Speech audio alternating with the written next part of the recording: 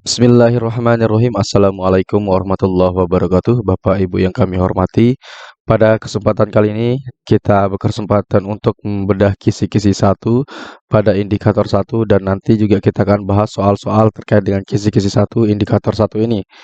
Nah, di kisi-kisi satu ini kita diminta untuk menunjukkan sikap setia, peduli, kemudian memberi penghargaan yang tinggi terhadap bahasa, lingkungan fisik, sosial, budaya, ekonomi, dan politik bangsanya dalam mendidik, mengajar, membimbing, serta mengarahkan, melatih, menilai, dan mengevaluasi peserta didik.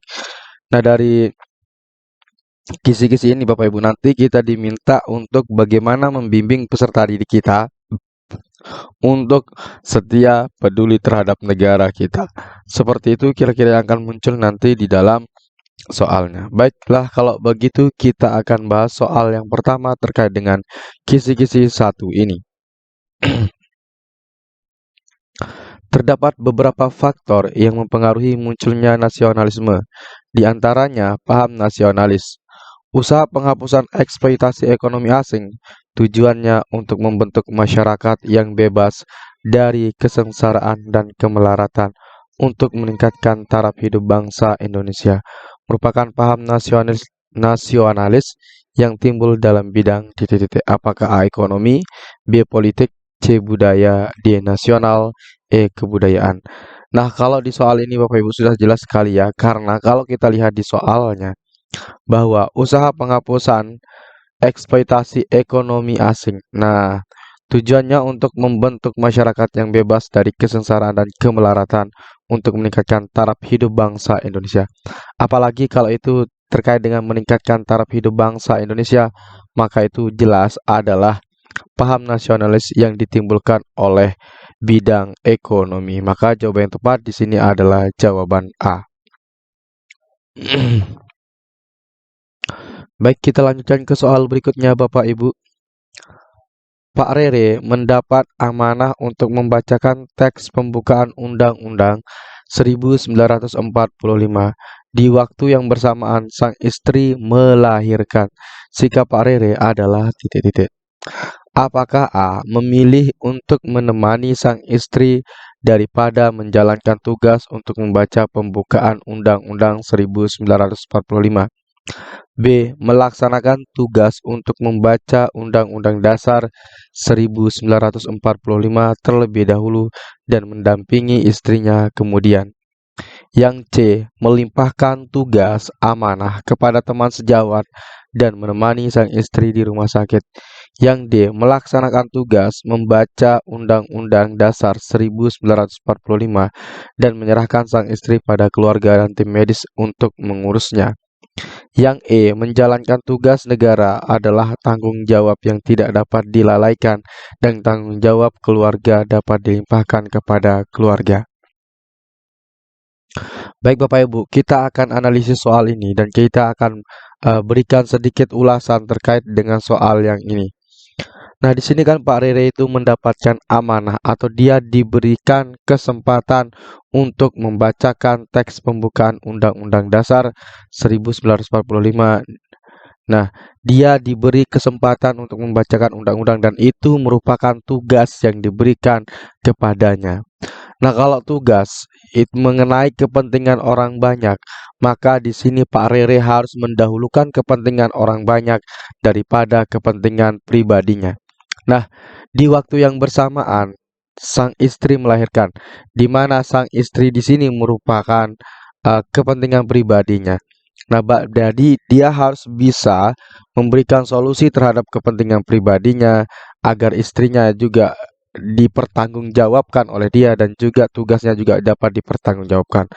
Nah, bagaimana sikap yang Pak Rere harus berikan terhadap kedua hal yang memiliki tanggung jawab bersama? Dia kedua-duanya merupakan tanggung jawabnya dia. Nah, bagaimana cara menyelesaikan kedua tanggung jawabnya di saat yang bersamaan? Nah, apakah yang A kita lihat? Memilih untuk menemani sang istri daripada menjalankan tugas untuk membaca pembukaan Undang-Undang 1945. Nah, yang A ini salah Bapak Ibu. Kenapa salah? Karena satu, dia di sini tidak menjalankan tugasnya. terkait dengan kepentingan orang banyak. Maka jelas di sini adalah jawaban A. Tugas apa yang tidak dikerjakan? Yaitu tugas membacakan teks pembukaan Undang-Undang 1945. Maka untuk yang A salah.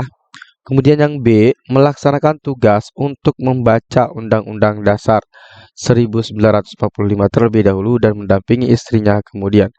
Nah, yang B ini juga salah Bapak Ibu. Kenapa?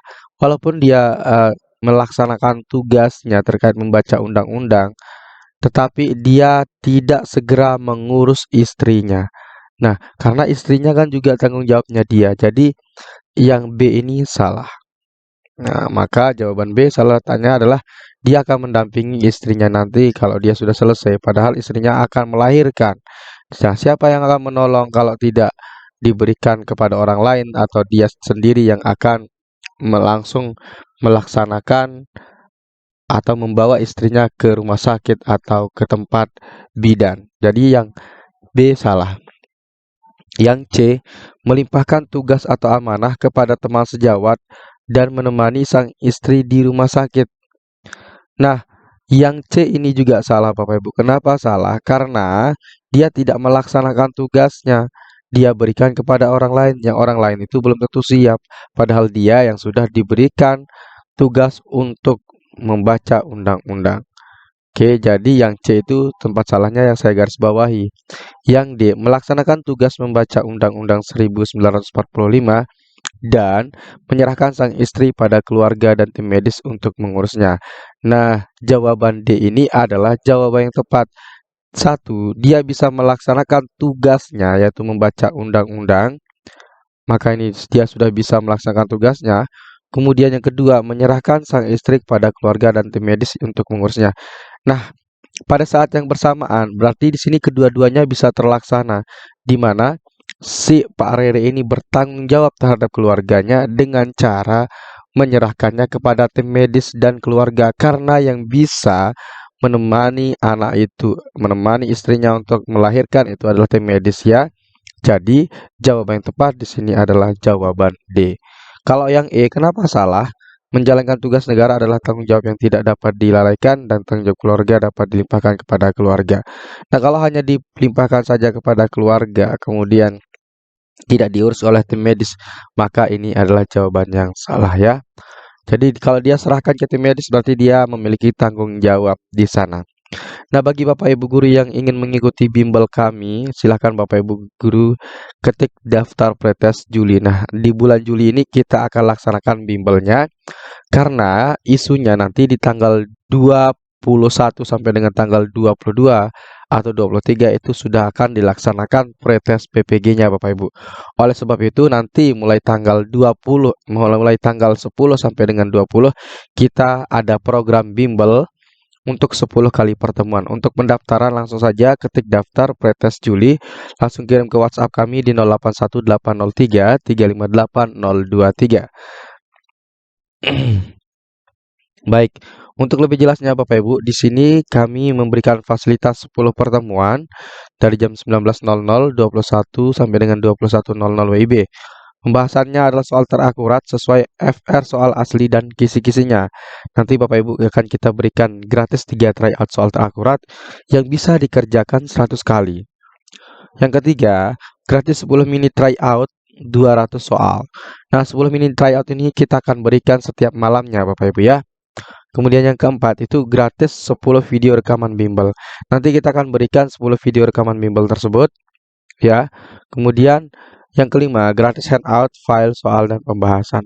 Hanya dengan 200.000 saja Bapak Ibu, pendaftaran sampai dengan tanggal 10 Juli. Pembayaran juga sampai dengan tanggal 10 Juli nanti. Tetapi ketika Bapak Ibu menemukan video ini, misalkan di tanggal 10, 11, 12, Bapak Ibu bisa melakukan pendaftaran untuk bimbelnya. Tetapi nanti Bapak Ibu untuk pertemuan 1 dan pertemuan 2-nya bagaimana? Kita akan berikan rekamannya. Jadi nanti bisa disimak videonya. Ini adalah bimbel ke batch keempat Bapak Ibu guru. Nanti kita insya Allah akan laksanakan melalui Zoom Meet-nya. Baik, sekarang kita bahas soal berikutnya Bapak Ibu guru ya. Oke. X adalah guru di salah satu SD favorit X mempunyai seorang teman guru yang pernah menolongnya. Suatu ketika X mengetahui bahwa teman tersebut berbohong kepada beberapa wali murid yang dapat mencemarkan nama sekolah. Jika X melapor pada kepala sekolah, maka kasusnya akan ramai dan teman-teman tersebut bisa mendapatkan sanksi. Namun bila tidak melapor, lambat laun nama sekolah akan tercemar dan banyak wali murid yang dirugikan. Terkait hal ini, menurut Anda yang sebaiknya dilakukan si X adalah titik-titik. A. Diam saja, karena kalau melaporkan kepada kepala sekolah, baik si X maupun temannya akan mendapatkan masalah. B. Mengingatkan temannya dan mengatakan kalau melakukan lagi, maka ia akan melaporkan ke pihak sekolah. Yang C. Mengingatkan temannya untuk tidak mengulangi perbuatannya dan membantu mencari solusi atas masalah yang terjadi. Yang D. Meminta temannya untuk mengaku kesalahan di depan kepala sekolah. Yang E. Mengajak dan menemani teman melapor pada kepala sekolah dan membantu mencari solusi. Nah, ketika Bapak Ibu menemukan bahwa teman Anda itu melakukan kebohongan terhadap wali murid, ya, bagaimana caranya kita berikan solusi terhadap kebohongan tersebut terhadap ke wali murid itu? Bagaimana caranya?